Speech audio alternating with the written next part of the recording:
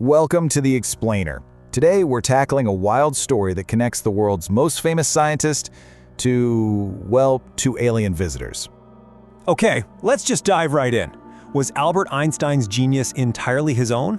Or, just maybe, was he getting a little help from somewhere else? So first, let's get into the legend, and it's a heck of a story. It all starts with one big, really wild suggestion that Einstein's incredible ideas weren't entirely human. You know, the funny thing is, this story doesn't begin out in the cosmos. It begins right inside his skull. See, after he passed away in 1955, his brain was actually preserved for study, and what scientists found was, well, to put it mildly, it was pretty unusual. I mean, the physical evidence was just startling. His parietal lobe, that's kind of the brain's engine for math and spatial reasoning, it was 15% wider than the average person's. And get this, it was packed with over 70% more glial cells. Think of those as little superchargers for processing information. So this really unique biology is what fuels all the speculation. You think about his famous thought experiments, right? Like imagining himself riding on a beam of light. Was that just an incredible imagination at work? Or was he tapping into something else entirely? But the legend doesn't just stop with his brain. The most explosive piece of this whole puzzle is a supposed secret document allegedly written by Einstein himself alongside none other than J. Robert Oppenheimer. And the timing here is it's critical. The document is dated June 1947. This is the exact moment the whole UFO phenomenon just exploded into the public consciousness, thanks to Kenneth Arnold's sighting of flying saucers. And it was just weeks before the legendary Roswell crash. The document itself is pretty shocking. It proposes this incredibly detailed framework for interstellar diplomacy. I mean, it's almost like a preliminary United Nations charter, but for the whole cosmos. It even suggests that our use of atomic weapons had attracted some very unwanted attention from off-world observers.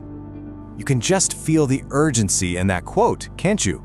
The fear was that humanity, with its new atomic toys, was basically like a toddler playing with matches in a galactic powder keg. It is an absolutely incredible story, but now it's time to switch hats. Let's go from storyteller to detective.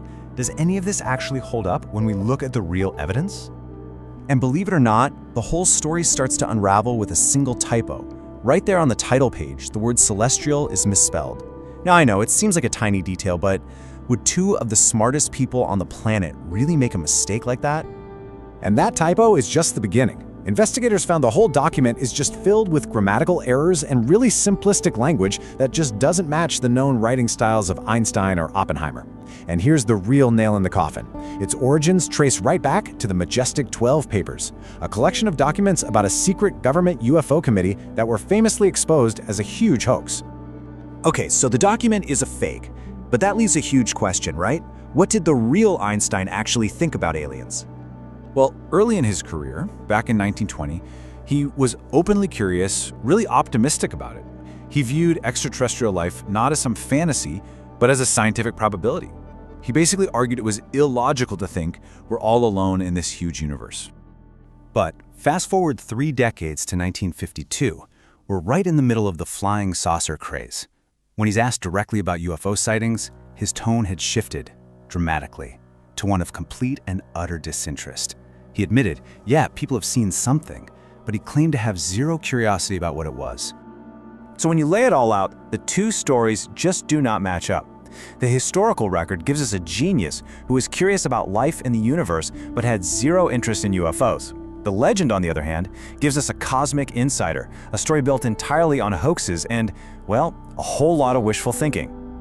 And this whole story leaves us with one final, fascinating question to think about.